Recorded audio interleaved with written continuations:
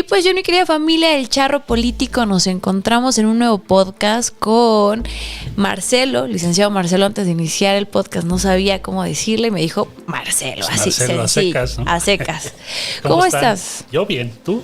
Muy bien, ¿qué Sufriendo tal? el calorón, ya no es calentamiento global, sino brutal. Brutal. ¿Qué Estamos tenemos? aquí en la Ciudad de México y bueno, hemos visto mucho movimiento. O sea, ¿hace cuántos días renunciaste a la Cancillería? Ayer renuncié, pues después del Consejo Nacional, que estableció que había que separarse el cargo. Entonces ya lo hice el día de ayer, ya había yo notificado al presidente de eso.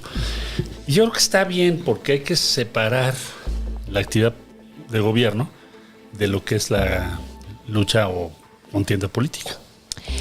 Mencionabas ayer, después te vimos salir de Palacio, que el presidente te había dado una carta o te dijo unas palabras. ¿Qué te dijo el No me presidente? dio una carta, tuvimos una conversación. Entonces digamos que Llegaste son a como Palacio. dos partes, Ajá. ¿no? La primera Ok. conversación, la primera parte de la conversación es, presidente, te digo cuál es el reporte de la Secretaría al día de hoy, qué asuntos hay, los principales avances que tuvimos, para hacer revista brevemente, ¿no? Muy brevemente, de lo que fue la negociación del Tratado de Libre Comercio, luego las tensiones con Trump, que se rió mucho, porque nos acordamos ahí de muchas anécdotas, ¿no? Luego... De cuando llegaron de cuando llegamos, Sí. claro. Entonces, las sanciones. muchas, ¿te acuerdas que nos quería poner aranceles? Sí, aranceles. Bueno, y eso fue muy tenso. Y bueno, y de ahí pasamos por el rescate de el regreso de México a América Latina. México había abandonado su presencia en América Latina y el Caribe. Hoy en día tenemos un gran prestigio, un peso muy grande ahí. Y de ahí, pues la pandemia, las vacunas, todo, su llamada a Putin, a Xi Jinping, al presidente Trump.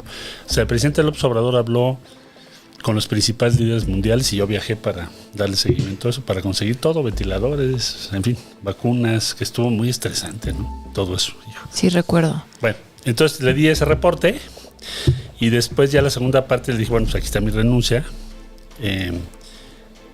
Y ya empezamos a hablar, ya no el secretario de Relaciones Exteriores, sino como su Ya. compañero y amigo, ¿no? Amigos. Sí. Entonces le dije, bueno, ya me voy a recorrer todo el país, yo voy a tratar de encontrarme con la gente, escuchar mucho. Hay que escuchar mucho en vez de hablar tanto.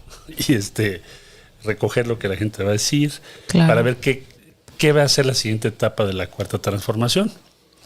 Entonces me dijo, bueno, pues te deseo mucho éxito. Estaba de muy buen humor. ¿La siguiente etapa usted la ve como una continuidad o habrá un cambio?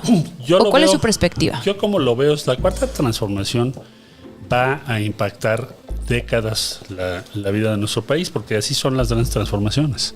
Si no, pues no lo sería, ¿verdad?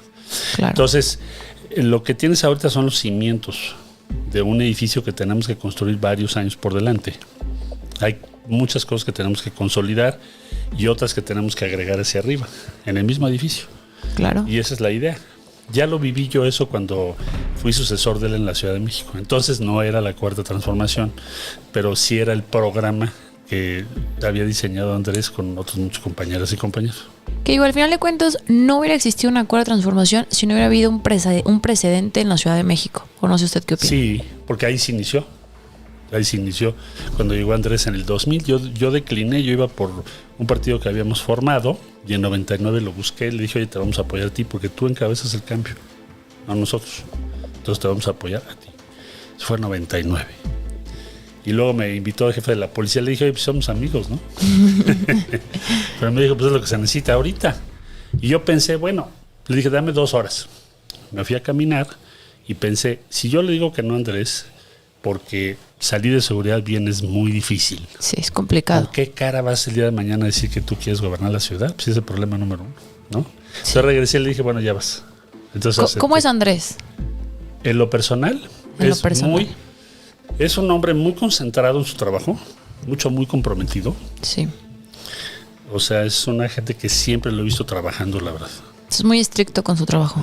Él mismo se exige demasiado a sí mismo. No se da vacaciones, siempre está trabajando, como muy focalizado en lo que tiene que lograr. Por el otro lado, es una persona muy sensible a lo que le pasa a la mayoría de la población, sobre todo a la gente que tiene más pobreza, más sufrimiento humano. Porque hay diferentes tipos de políticos, ¿no? Pero él yo lo veo como una persona que genuinamente tiene un interés, una preocupación por las personas. Eso le afecta, le importa. Le preocupa. Y se ocupa. Y se ocupa, ¿no? Entonces, y en lo personal es muy agradable, es muy afectuoso, tiene muy buen sentido del humor. Y bueno, pues es una gente que vas conociendo al paso del tiempo. Imagínate, 23 años. ¿Y tú qué tipo de político eres? A mí también me importa mucho la gente, si no yo no estaría en esto. Yo cuento en mi libro, bueno, ¿por qué estás en la política? No vengo de una familia política, no tengo padrinos, tíos, en fin, porque eso es a veces una explicación. Sí, claro. Entonces, ¿por qué estoy en la política? Porque de muy chiquito me invitó un tío mío a ir a Disneylandia, tenía yo 10 años, pero por tierra, porque en esa época no se usaban los aviones. O sea, era muy caro. Sí. Entonces nos fuimos por tierra con mis hermanos, pues éramos 8, en ese tiempo fuimos como 6, más los hijos de ellos, éramos como 8. Total, al pasar la frontera, yo que venía de una familia en donde siempre se me dijo la civilización mexicana es una de las más grandes del mundo, ya ver Teotihuacán, sí. Cruzas la frontera y ves una pobreza, un contraste muy grande. Entonces, desde ese tiempo que se me quedó eso muy grabado, me empecé a hacer la pregunta, ¿por qué México está así? O sea, ¿qué tenemos que hacer para cambiarlo? Y por eso estoy aquí. O sea, si no me importaran los demás, pues no estaría en la política, estaría en otra cosa. En otras actividades. Pues sí. Entonces, ¿qué te compromete preguntarte por qué está así en su país? ¿Por qué esa gente está en condiciones tan difíciles? ¿Por qué no se puede cambiar? Es como una inconformidad con la realidad que estás viendo. Eso es lo que me llevó a la política. Porque la política es una forma de transformar o cambiar eso. No tiene otro sentido la política. Si quieres hacer política por estar en el presupuesto, por estar en el poder, pues entonces no importa lo que defiendas. Pues hay gente muy oportunista que la ha visto brincar de todo a todo. Pero no es el tipo de gente que yo admiro ni quiero ser. Y en ese sentido, el hecho de estas causas, ¿no?, que acabamos de mencionar, que duelen en México, la desigualdad, uno de los temas principales el más grave, ¿fue lo que lo motivó a estar en un proyecto de izquierda? Sí, porque fíjate que a mí me vi en 1997, era yo diputado independiente y me tocó ver todo lo del famoso Fobaproa. Ok. Fui de los que más combatieron eso, junto con otros compañeros. Alfonso Ramírez Cuellar, Dolores Padierna, Luis Cortés, Jorge Silva, en fin, varios compañeros. ¿Por qué? Porque era transferir a lo que es la deuda pública, a lo que debemos todas las mexicanas y mexicanos, lo que habían hecho mal, muchos negocios también, sí, del sector. Bueno, entonces es una injusticia.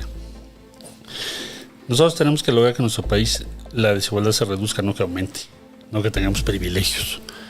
Entonces, para mí esa es una causa primordial. Igualmente la igualdad de género, porque las desigualdades también empiezan en la casa. O sea, el abuso, la exclusión respecto a la mujer establece las bases culturales de la desigualdad. Porque entonces la desigualdad es lo normal.